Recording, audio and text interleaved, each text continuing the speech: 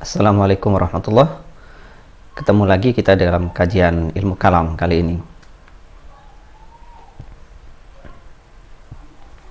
Kali ini kita akan membahas tentang arsy. Pada video sebelumnya kita sudah membahas tentang tempat. Apa sih maksudnya tempat itu dalam perspektif para teolog dan juga filsuf. Sekarang kita akan meneruskan materinya tentang arsy. Apa sebenarnya arsy? Apakah arsy ini juga tempat? Ada apa di atas arsy? Dan ada apa di bawah arsy? Apa dan bagaimana sih sebenarnya arsy itu? Ini adalah bahasan yang cukup menarik karena kita tahu banyak sekali perdebatan tentang arsy dan hal-hal apa saja yang menjadi polemik tentang arsy ini dalam perspektif ilmu teologi atau ilmu akidah. Oke, ada hal yang perlu kita ketahui tentang arsy itu.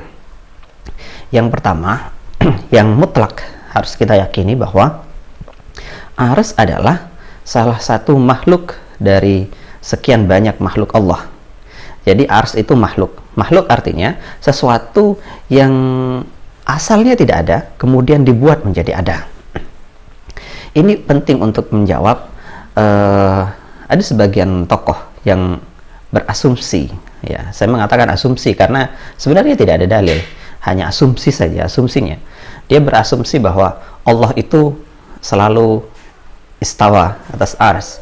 Akhirnya kemudian dia membayangkan bahwa arsy itu selalu ada. Arsy itu dia setuju menyebut arsy makhluk tetapi tidak punya awalan. Jadi arsy didahului dari arsy satu, arsy yang lain didahului dengan arsy yang lain sebelumnya, didahului dengan arsy yang lain sebelumnya, dan begitu terus tanpa ada awal mulanya. Ini adalah asumsi yang keliru. Kenapa begitu?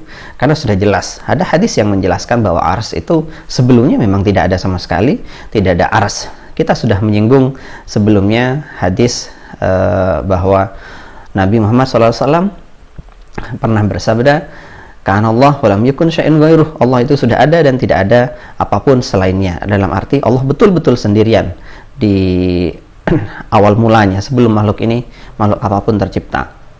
Kemudian pada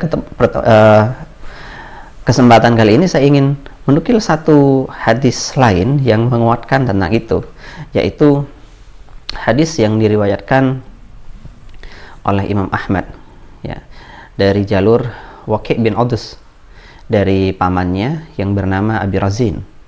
Dia berkata, Abi Razin berkata, "Ya Rasulullah, wahai Rasulullah, aina kana Rabbuna azza wa jalla qabla an yakhluqa khalqah?"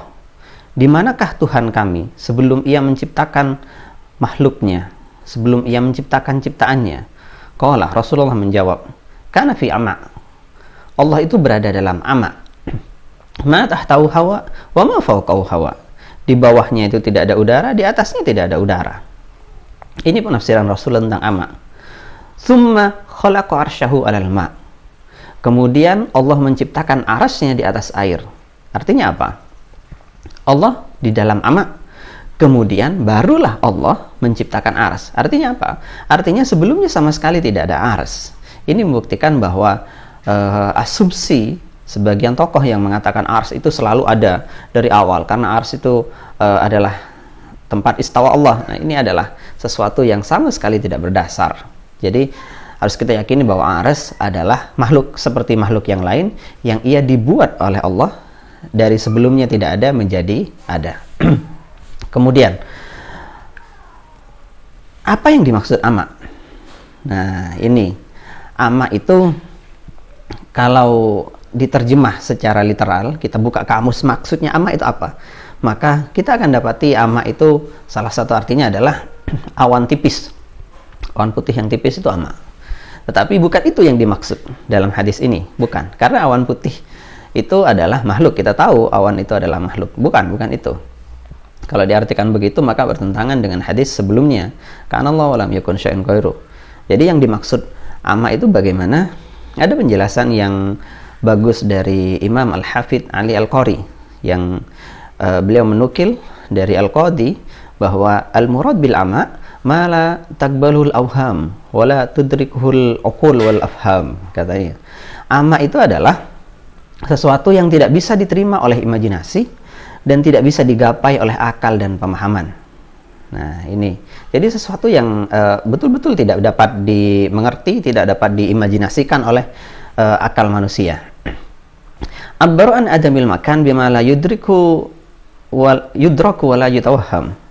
Nabi itu menunjukkan ketiadaan tempat dengan sesuatu yang tidak bisa dimengerti dan diimajinasikan. Wa an adami ma yahwihi wa yuhitu bil hawa. Dan juga menunjukkan ketiadaan sesuatu yang memuatnya atau udara yang melingkupinya. Jadi ama itu adalah sesuatu yang tidak bisa kita tahu apa itu, tidak bisa kita bayangkan apa itu. Yang jelas maksudnya adalah Allah itu sendirian, betul-betul sendirian, tidak ada sesuatu yang lain yang sama sekali yang menampung Allah, yang atau ada udara yang melingkupi Allah misalkan, ada ruang yang melingkupi Allah, tidak. Yang dimaksud adalah justru tidak ada tempat sama sekali, tidak ada lokasi sama sekali. Ini yang dimaksud dengan ama tadi. Jadi yang dimaksud ditegaskan oleh Al-Qadhi, fa innahu yutlaq wa yuradu bihi al-khala' alladhi huwa ibaratun an adamil jism. Jadi yang dimaksud sebenarnya adalah tidak ada apa-apa, kekosongan yang di sana itu tidak ada jisim. Nah, artinya apa? Ya Allah memang bukan jisim. Bagaimana terus? Ya kita tidak tahu. Kita tidak bisa membayangkan dan tidak perlu membayangkan dan tidak perlu tahu.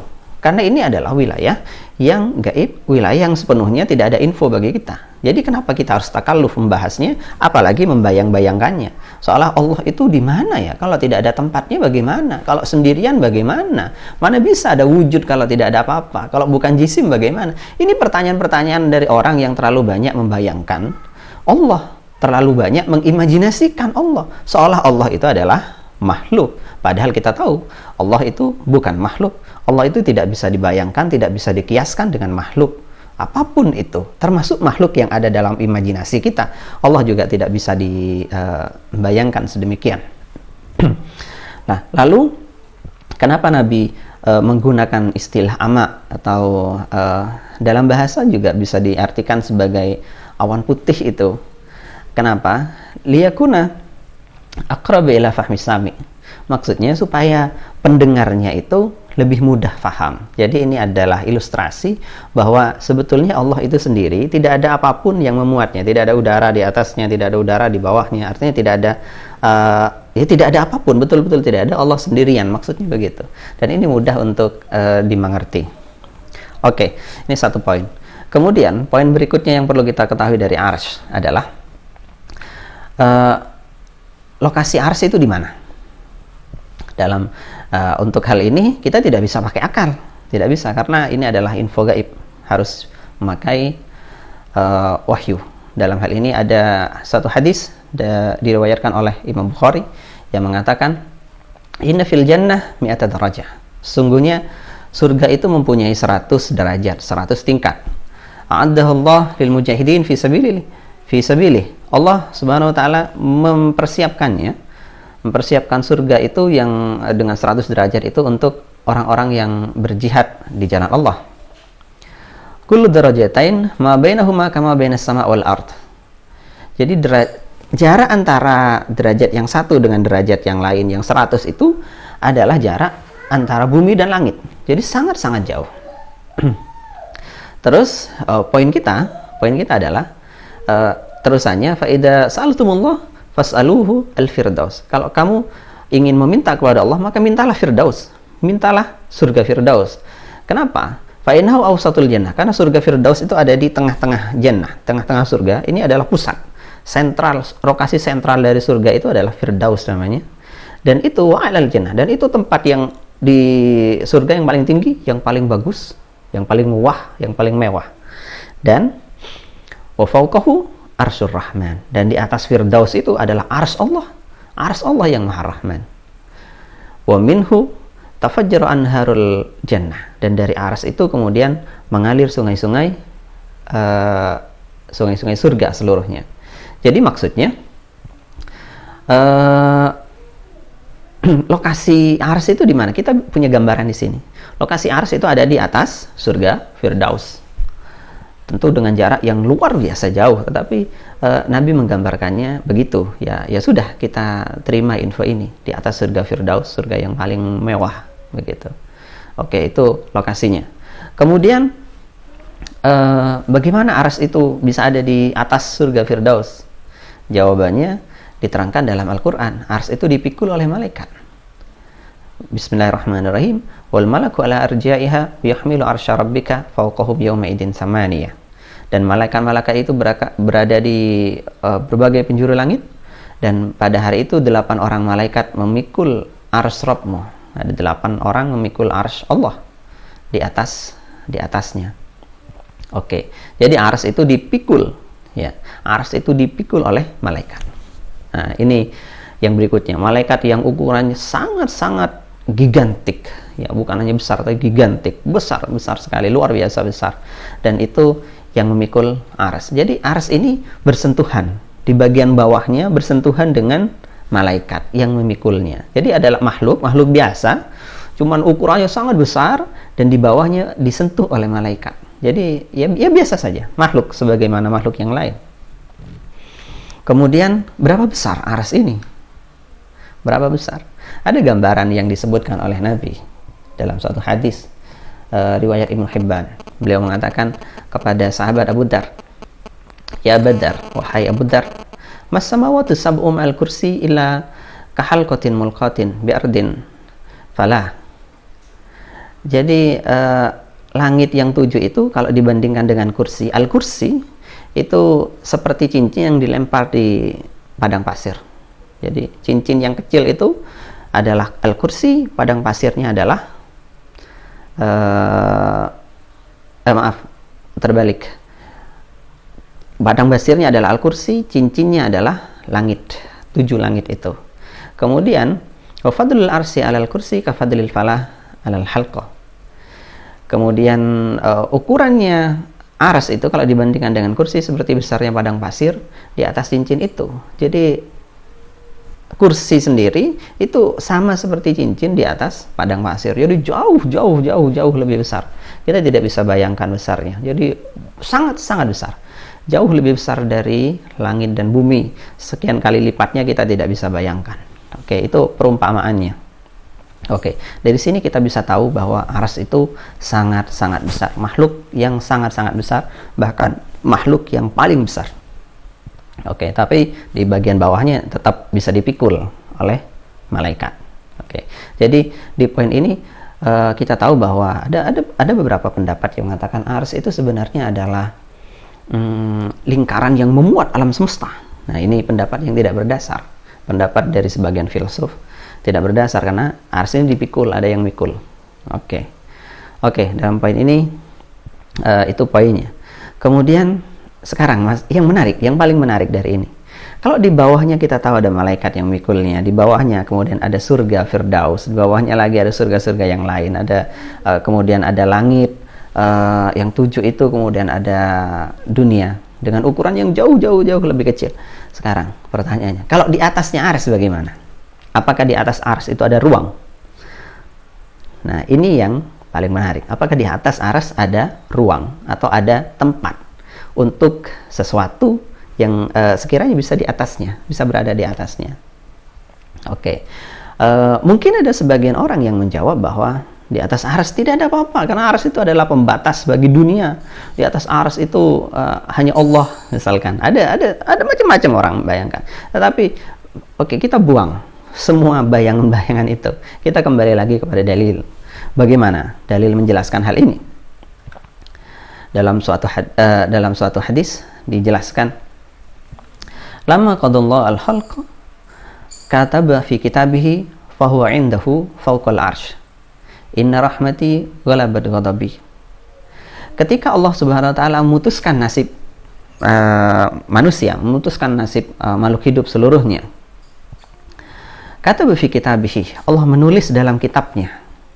Yang kitab ini kita kenal dengan istilah lauh mahfud. Fa huwa indahu fawqal ars.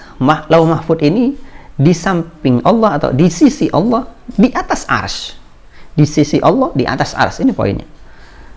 Dan di situ kemudian ditulis inna rahmati ghalabat ghadabi, sesungguhnya rahmatku, kasih sayangku mengalahkan kemarahanku. Ini firman Allah. Nah, poin yang kita dapat di sini adalah arsy itu di Lauh Mahfuz itu di mana? Menurut hadis ini jelas, Lauh Mahfuz itu ada di atas arsy. Jadi di atas arsy itu ada makhluk yang bernama Lauh Mahfuz. Ingat, makhluk yang bernama Lauh Mahfuz. Berarti apa? Di atas arsy itu adalah ruang. Sama seperti ruang biasa. Masih di situ itu adalah dimensi, ya dimensi biasa. Sama seperti dimensi yang lain. Tidak ada bedanya. Karena di situ ada makhluk. Ada makhluk yang bernama Lauh Mahfuz. Dan ini ditegaskan oleh banyak ulama. Misalkan Ibnu Hajar Al-Asqalani dalam Fathul Bari menjelaskan, wala mahdura fi ijra'i dzalik ala zahirihi. Tidak ada masalah untuk membaca hadis itu secara zahir bahwa Lauh Mahfuz itu betul-betul di atas.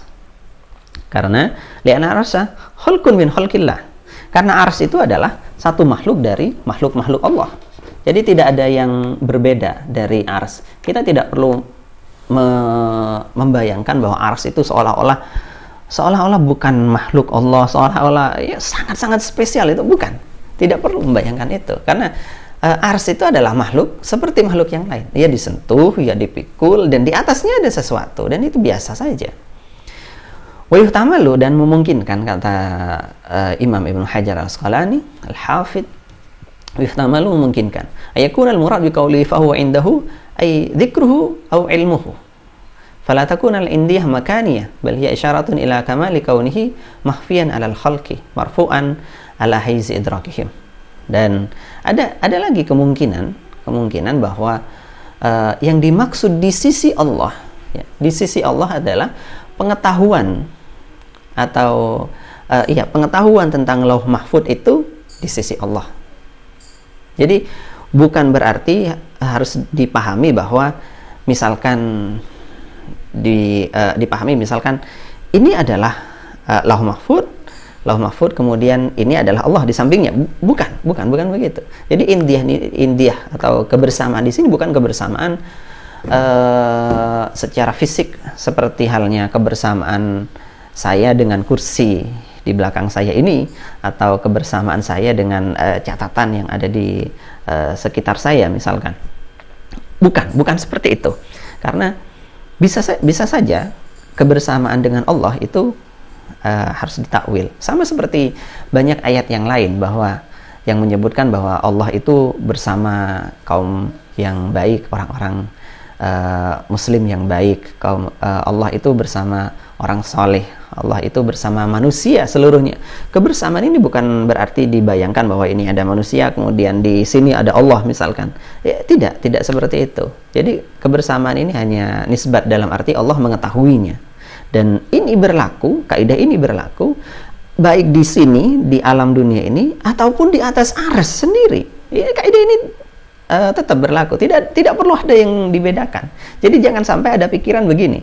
Kalau misalkan ada ayat yang mengatakan bahwa wa huwa ma'akum aina ma kuntum, misalkan Allah itu bersama kalian semua, bersama manusia dimanapun kalian berada, terus kemudian dikatakan, oh maksudnya bukan kemudian di sini ada manusia kemudian di sini ada Allah bersama, begitu, bukan, tetapi ilmunya. Oke, ini adalah penakwilan yang benar.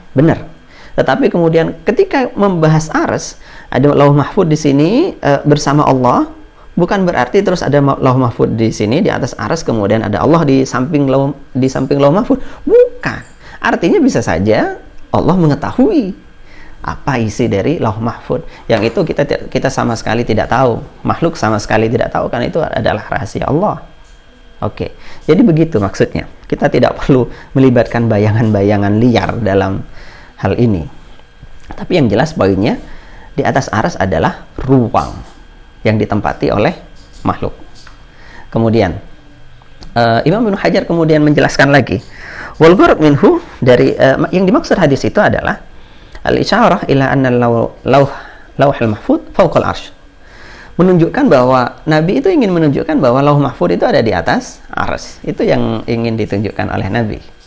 Kemudian yang menarik dari Imam Ibnu Furak, Al-Hafidh Imam Ibnu Furak mengatakan, wa yuhtamalu ayakuna dzalikal kitab mawdu'an 'alal ars. Memungkinkan, katanya, memungkinkan saja bahwa kitab Lauh Mahfuz itu betul-betul diletakkan di atas ars. Jadi misalkan ini ars, kemudian Lauh Mahfuz betul-betul diletakkan secara fisik di atasnya, begitu. Jadi ya biasa saja. Kita tidak perlu takwil ini.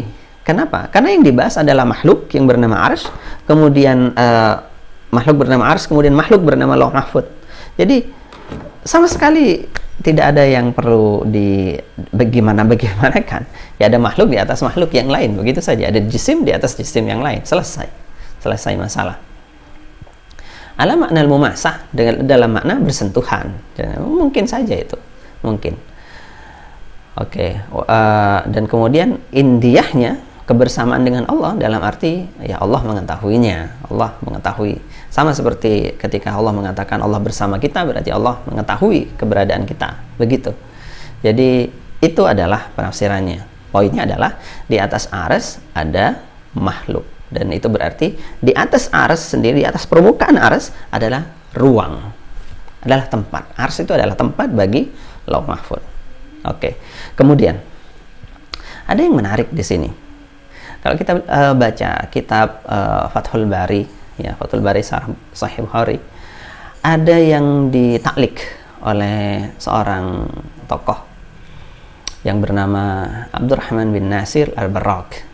Ya, ini orang kontemporer Al-Barrak yang menisbatkan dirinya pada Salafi.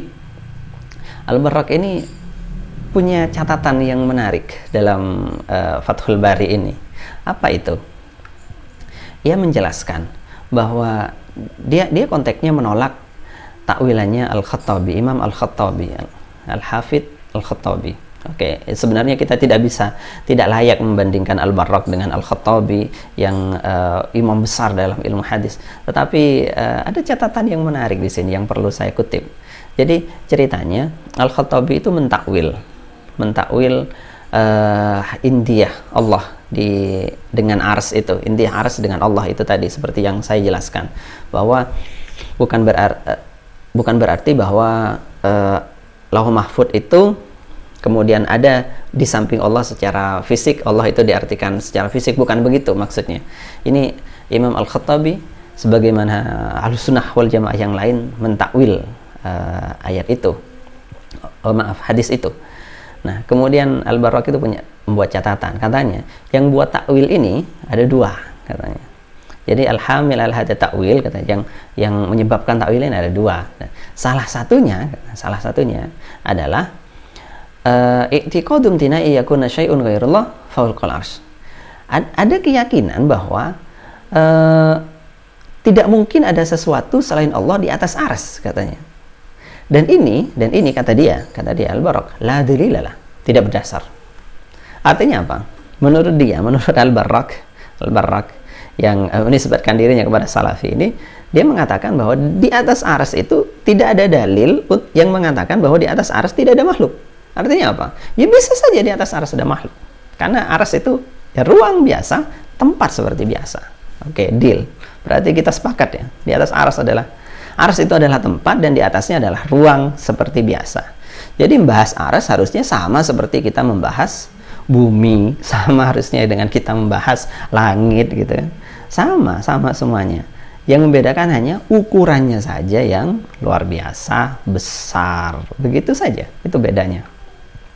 Oke, sekarang pertanyaannya yang utama, kalau arsy itu ruang, arsy itu tempat, sama seperti tempat-tempat yang lain, lokasi yang bisa ditempati oleh makhluk, dimensinya dimensi makhluk, lalu apa? Allah kemudian apakah di situ? Apakah Allah kemudian di atas arsy secara fisik, sama seperti makhluk-makhluk itu? Karena makhluk itu bisa bertempat di atas arsy, kemudian apakah Allah bisa kita katakan Allah berada secara fisik di atas arsy? Oke, atau kita buang kata fisik, Allah berada zatnya ya secara fisik tetap di atas arsy. Karena maksudnya ya begitu, sama, paham ya? Semua orang paham maksud ungkapan ini. Apakah begitu? Lantas, Nah, kita kemarin sudah membahas bahwa Allah itu tidak bertempat. Allah tidak bertempat. Kalau dibahas begitu kan berarti salah. Ya, Allah itu tidak boleh dibahas begitu. Kenapa? Itu bertentangan dengan akidah Ahlussunnah wal Jamaah, bahwa Allah itu tidak sama dengan seluruh makhluknya. Membahas Allah tidak boleh sama dengan bahas makhluk. Karena yang berada, kalau ini ars itu adalah tempat seperti halnya yang lain, kemudian kita bayangkan ada Allah di atasnya, ya berarti Allah itu sama dengan makhluk, tidak ada bedanya. Dimensinya ya dimensi itu, mau dikatakan nempel kek, mau dikatakan melayang kek, ya sama, tidak ada bedanya. Itu adalah lokasi makhluk, tempat makhluk, ruang yang juga makhluk. Itu poinnya. Dan ulama Ahlussunnah wal Jamaah seluruhnya sepakat bahwa tidak boleh mengatakan begitu. Allah tidak boleh disebut berada dalam ruang tertentu, dan di atas aras adalah ruang. Ingat poin itu baik-baik. Dan dalam hal ini perlu kita nukil kembali bahwa Imam Ahmad, akidah Imam Ahmad itu bagaimana? Akidahnya, akidah beliau adalah wallahu ta'ala la yalhaquhu taghayyurun wala tabaddulun wala tulqihuhu al-hudud qabla khalqil ars wala ba'da khalqil ars. Allah Subhanahu wa ta'ala tidak mengalami perubahan. Tidak mengalami perubahan dari pergantian situasi atau pergantian kondisi, itu tidak ada. Dan Allah Ta'ala itu tidak punya batasan sebelum atau sesudah ars diciptakan. Wala ba'da khalqil ars, ya. Jadi sebelum atau sudah ars diciptakan tidak ada perubahan. Jadi Allah Subhanahu wa ta'ala itu ada tanpa tempat. Ini adalah poin yang disepakati oleh seluruh Ahlussunnah wal Jamaah sendirian. Tidak ada apa yang lain. Yang tidak sepakat tentang ini hanya filsuf, kalangan filsuf, dan sebagian tokoh yang Mujassimah yang mengatakan ars itu selalu ada terus-terusan. Tapi ini pemikiran melenceng. Semua Ahlussunnah wal Jamaah sepakat bahwa Allah itu awalnya sendirian. Tetapi bagaimana ketika bumi tercipta, ars tercipta? Apakah Allah berarti bertempat di atasnya? Jawabannya tidak, karena tidak ada perubahan posisi. Allah ya tetap Allah dalam kesendiriannya. Bagaimana itu? Kita tidak bisa bayangkan. Ars ya ars, langit ya langit, bumi ya bumi, semuanya itu adalah makhluk. Ruang makhluk, semuanya makhluk. Tidak ada hubungannya dengan Allah Subhanahu wa ta'ala. Kita tidak bisa bayangkan bahwa Allah berada kemudian nempel atau ada di atasnya makhluk, itu secara fisik seperti itu, ada di dimensi makhluk, itu tidak bisa kita bayangkan. Tidak, itu adalah akidah yang salah menurut Imam Ahmad dan juga Imam Ahlussunnah yang lain. Oke. Wakana, dan Imam Ahmad itu yungkiru, Imam Ahmad mengingkari alama yaqulu innallaha fi kulli makan bidatihi. Imam Ahmad mengingkari pada orang yang mengatakan Allah itu ada di setiap tempat, Allah itu ada di mana-mana, zat Allah itu di mana-mana, zat Allah di langit, zat Allah di bumi, zat Allah di mana. Imam Ahmad tidak mau itu. Kenapa alasannya? Li'annal amkina kulluha mahdudah. Karena tempat itu seluruhnya terbatas. Tempat seluruhnya terbatas. Mau tempat itu bernama bumi kek, bernama langit kek, bernama aras kek, semua tempat adalah terbatas. Berarti mengatakan di sini salah, mengatakan di situ salah, mengatakan di mana-mana salah. Artinya apa? Ya Allah tidak bertempat. Itu yang dimaksud oleh Imam Ahmad. Allah sama sekali tidak bertempat, dan kondisi ini tidak berubah sama sekali. Jadi jangan membayangkan Allah seperti kita membayangkan makhluk, kemudian mempertanyakan bagaimana, itu adalah pertanyaan bid'ah. Kemudian ini juga dinyatakan oleh Imam At-Tahawi dalam akidah At-Tahawiyah, yang akidah ini disepakati sebagai akidah Ahlussunnah wal Jamaah. Jadi ini akidah yang sebelum muncul Asy'ariyah, sebelum muncul Maturidiyah, semuanya ini akidah Imam Abu Hanifah dan akidahnya gurunya Imam Syafi'i, yang ditulis oleh Imam At-Tahawi. Bagaimana? Beliau mengatakan wa ta'ala anil hudud wal ghayat wal arkan wal a'dha wal adawat la tuhwihil jihad kasairil mubtada'at. Allah Subhanahu wa ta'ala maha suci dari adanya batasan-batasan, ukuran, dan ujung-ujung. Jadi ujung sana, ujung sini, itu adalah ujung fisik maksudnya. juga maha suci dari adanya unsur-unsur dan anggota badan. Ya, misalkan anggota badan atas, kepala, kemudian seterusnya, organ-organ fisik. Allah maha suci dari semua itu. Kalau ini yang dimaksud adalah organ-organ fisik. Allah maha suci dari semua itu. Kemudian Allah tidak ditampung, tidak diliputi oleh jihad, oleh arah. Allah tidak diliputi oleh arah manapun. Kasairil mubtada'at, seperti halnya seluruh hal yang baru, seluruh hal yang diciptakan oleh Allah yang awalnya tidak ada menjadi ada, itu mubtada'at. Mubtada'at itu seperti arahnya seperti apa? Arah dari mubtada'at itu ada 6. Misalkan saya ambil contoh HP ini lagi. HP ini berada di mana? Dia punya arah. Arah bawah adalah tangan saya. Arah atas adalah atap. Kemudian arah samping, arah depan belakang. Jadi itu semuanya adalah arah dari mubtada'at. Kalau Allah bagaimana? Allah tidak mengenal arah. Allah tidak diliputi oleh arah, karena arah itu makhluk. Kemudian perkataan Imam Tahawi ini tidak boleh diartikan sebagai diplesetkan. Ada sebagian syarih ya yang memplesetkan ucapan Imam At-Tahawi ini. Dianggapnya Allah itu tidak punya arah kecuali arah yang bukan makhluk. Nah, ini hal yang nonsens. Tidak ada ceritanya arah bukan makhluk. Arah itu pasti makhluk. Karena arah itu adalah sebenarnya perspektif dari dua makhluk yang berbeda. Itu arah. Kalau misalkan ini adalah makhluk A, ini adalah makhluk B, berhadapan, berarti A dan B ini sama-sama mengatakan di depan, begitu. Kalau perspektifnya adalah atas bawah, berarti A dan B itu perspektifnya satu di depan, satu di bawah, satu di atas. Itu arah. Jadi arah itu adalah sebenarnya makhluk. Ketika tidak ada makhluk, tidak ada arah. Nah, Allah Subhanahu Wa Taala dari awal tidak ada perubahan. Allah tanpa arah apapun. Sejak makhluk tercipta, Allah juga tanpa arah apapun. Jadi betul-betul terpisah.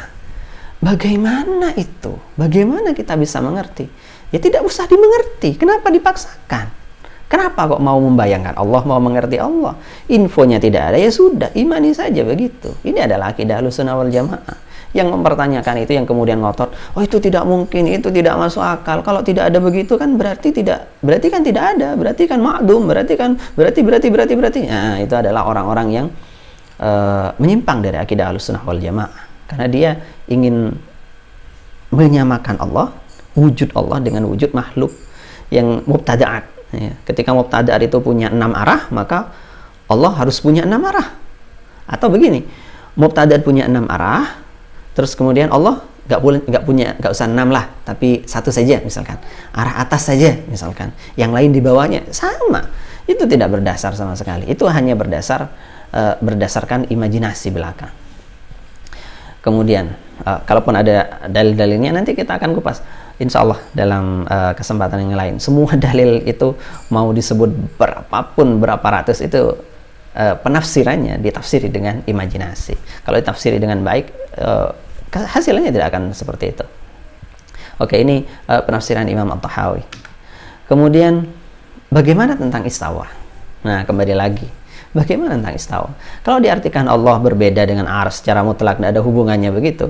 Lalu istawa itu apa artinya? Istawa itu kita jelaskan seperti penjelasan Imam Al-Khattabi yang tadi sempat dikritik oleh Al-Barrak itu. Beliau adalah seorang imam Ahlussunnah wal Jamaah, imam besar yang dikutip oleh siapapun mengutip pendapat beliau, karena beliau adalah salah satu tokoh yang tidak bisa diabaikan. Keilmuannya diakui oleh semua pihak ya. Bahkan orang-orang yang menentangnya pun tidak bisa menghilangkan kitabnya, karena saking hebatnya Imam Al-Khattabi ini. Beliau adalah muhakkik dari kalangan ahlul hadis ya. Tidak semua ahlul hadis muhakkik lah ya, tetapi Al-Khattabi adalah satu dari sekian muhakkik, ahli tahqiq ahlul hadis. Beliau mengatakan begini, walaysa makna qaulil muslimin innallaha 'alal 'arsy ya. Makna perkataan kaum muslimin, ulama semuanya, kaum muslimin semuanya, bahwa Allah di atas ars, Itu apa maknanya? Maknanya bukan bahwa huwa annahu ta'ala mumasin lahu aw mutamakkinun fi. Maknanya bukan berarti bahwa Allah bersentuhan atau bertempat di atas arsy. Bukan itu maknanya. Kita biasa mengatakan Allah di atas arsy. Betul. Tidak salah, ungkapan ini tidak salah. Kalau Anda ditanya, Allah di mananya arsy? Ya di atasnya arsy. Begitu, betul. Tidak ada yang salah. Tidak ada yang salah dengan ini. Ulama mengatakan itu betul. Tetapi maksudnya bukan di atas dalam arti bertempat. Karena kalau bertempat ini berarti ya ini adalah pembahasan makhluk. Yang bisa bertempat ini hanya makhluk. Ars itu makhluk, yang di atasnya secara fisik di atasnya ini makhluk juga. Ada lauh mahfud, kita bahas tadi ada lauh mahfud, makhluk. Jadi ars ini ruang biasa, tidak ada yang spesial dari ini yang harus kita bahas secara berbeda. Oke.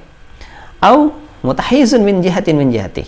Tidak bisa diartikan Allah itu menempel di atas ars atau berada di salah satu arah dari ars. Arah atas misalkan, arah atas itu begini, tidak nempel tetapi ada di salah satu arahnya, arah atas. Ini tangan saya ini tidak nempel, tetapi ada di salah satu arahnya. Di sini arah, di sini arah, di sini arah.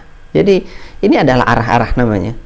Jadi tidak bisa diartikan begitu. Istawa itu bukan artinya mutamakin di atasnya, mumasin, atau berada di salah satu arasnya, tidak nempel tetapi ada di jihadnya. Bukan begitu. Tidak boleh diartikan itu. Karena apa? Karena yang boleh diartikan begini hanyalah makhluk.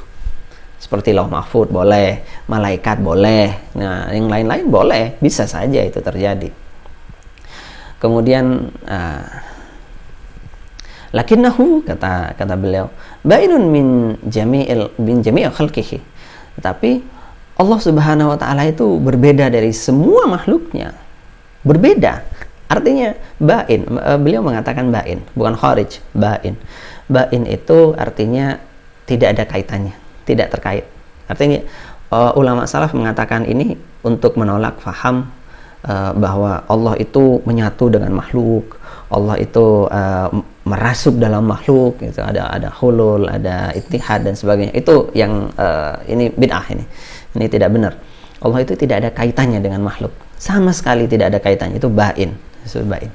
Jadi kalau membahas Allah jangan seperti membahas makhluk, karena Allah itu bainun min jami'il khalqi. Kemudian beliau menegaskan, wa innama huwa khabarun ja'a bit tawqif fa qulna bihi wa nafayna anhu at-takyif. Karena sungguhnya hal itu Allah di atas aras itu kan ada khabar dari Allah dan Rasulullah, ada ayatnya, ada hadisnya. Ya sudah, fakul nabi. Kita mengatakan hal itu juga, tidak masalah. Tidak masalah. Allah istawa atas ars. Iya, pasti. Jelas Allah istawa atas ars. Allah di langit. Iya, Allah di langit. Semualah khabar mengatakan begitu ya. Allah bersama kita. Iya, Allah bersama kita. Allah dekat dengan kita. Iya, Allah dekat dengan kita. Ya itu sudah. Pokoknya apa yang dikatakan oleh Nabi kita katakan persis. Nabi mengatakan Allah di depan orang salat. Ya sudah, Allah di depan orang salat. Selesai masalah. Kalau kita tidak membayangkan Allah secara fisik, tidak akan ada sama sekali kontradiksi, sama sekali. Dan kita tidak perlu takwil sesenti pun, sejengkal pun, tidak perlu takwil sama sekali. Kita buang itu semuanya. Dan ini adalah akidah salaf. Akidah salaful ummah itu seperti ini. Jadi wanafaina anhu takif, tidak ada takif, tidak ada kaifiyah. Bagaimana? Masuk akal apa tidak? Itu tidak bisa. Kalau secara akal, semua penjelasan saya dari awal sampai akhir masuk akal. Masuk akal. Tidak ada satupun yang bertentangan dengan akal. Ia menjadi tidak masuk akal hanya apabila dibayangkan Allah adalah jisim yang terbatas dalam satu ruang, terbatas dalam satu tempat, sehingga kalau dikatakan di bumi, oh nggak masuk akal, harus ditakwil karena tidak muat. Bumi terlalu kecil misalkan. Kalau dikatakan di aras, aras besar, oke lah muat, bisa begitu. Nah itu adalah pembahasan jisim. Ini akidah yang bermasalah. Akidahnya membayangkan Allah seperti halnya jisim. Jisim itu adalah sosok 3D, 3 dimensi yang punya volume panjang, lebar, tinggi, itu jisim namanya. Oke. Kenapa? Kenapa begini kita harus membahas Allah? It laisa kamitslihi syai'. Tidak ada satupun yang sama dengan Allah. Wa samiul basir. Dan Allah itu Maha mendengar, Allah itu Maha melihat. Ini adalah cukup bagi kita keyakinan ini. Tidak perlu kita bayangkan bagaimana, tidak perlu kita bayangkan Allah ini arsy, kemudian Allah ada nempel di sini, duduk di sini. Misalkan karena istawa diartikan duduk, ini adalah akidah bid'ah. kemudian atau dibayangkan, oh enggak nempel, tapi di atasnya. Nah, atau mengatakan, tidak tahulah, saya abstain saja. Apakah nempel atau tidak nempel? Itu bukan nafaina anhu taksyif, hanya jahilna itu. Hanya kami tidak tahu saja. Ini bukan akidah Ahlussunnah wal Jamaah. Ini salah satu akidah dari firqah Mujassimah. Akidah Ahlussunnah wal Jamaah seperti dikatakan oleh Imam Al-Khattabi, wa nafaina anhu takyif. Kami menghilangkan seluruh takyif itu. Kami menolak seluruh takyif. Bagaimana kan itu tidak bisa. Yang jelas Allah itu tidak ada kaitannya dengan makhluk sama sekali. Ya sudah, nggak usah dibahas bagaimana. Selesai. Kita imani saja begitu karena itu masuk akal. Oke, ini adalah akidah Ahlussunnah wal Jamaah. Lalu kemudian sebagai akhir, saya ingin menarik. Ada banyak orang yang membahas ars tidak seperti bahasan saya dari awal sampai akhir ini. Tidak seperti Ahlussunnah wal Jamaah. Mereka membayangkan ars itu gede. Mereka membahas ars itu sangat-sangat besar gitu kan, dibanding makhluk, karena seperti itu tadi, kursi aja sebagaikan, dibanding ars sebagaikan cincin di padang pasir. Kemudian kursi sendiri kalau dibandingkan dengan langit bagaikan cincin di padang pasir, kursinya langitnya seperti cincin misalkan, dan seterusnya. Terus kemudian membayangkan, apalagi Allah itu kan gede sekali pastinya. Nah, ini salah satu situs, saya kutip aja, tidak perlu dibahas yang mana. Tapi ada yang mengatakan begini, kalau ars saja begitu besar, bagaimana lagi dengan yang memilikinya, yaitu Allah Subhanahu wa Ta'ala. Yang dia bahas ukuran ars yang raksasa, yang gigantik itu. Kemudian dia mengatakan, bagaimana lagi dengan Allah yang mempunyai ars, kata dia. Berarti apa? Dia bahas apa? Ukuran Allah. Ini adalah akidah yang ahli bid'ah, akidah Mujassimah. Karena dia membayangkan seolah Allah itu ya itu sudah jisim, seperti raksasa yang maha besar di atas ars yang juga maha besar begitu. Ini adalah akidah yang terlalu banyak imajinasi, membayangkan Allah, membagaimanakan Allah, tidak seperti ulama salaf. Jadi hati-hati dengan yang seperti ini. Baik, demikian untuk kali ini. Semoga saja bermanfaat. Ikuti video-video saya yang lain, subscribe channelnya supaya bisa mengikuti kajian-kajiannya. Demikian, wassalamualaikum warahmatullahi wabarakatuh.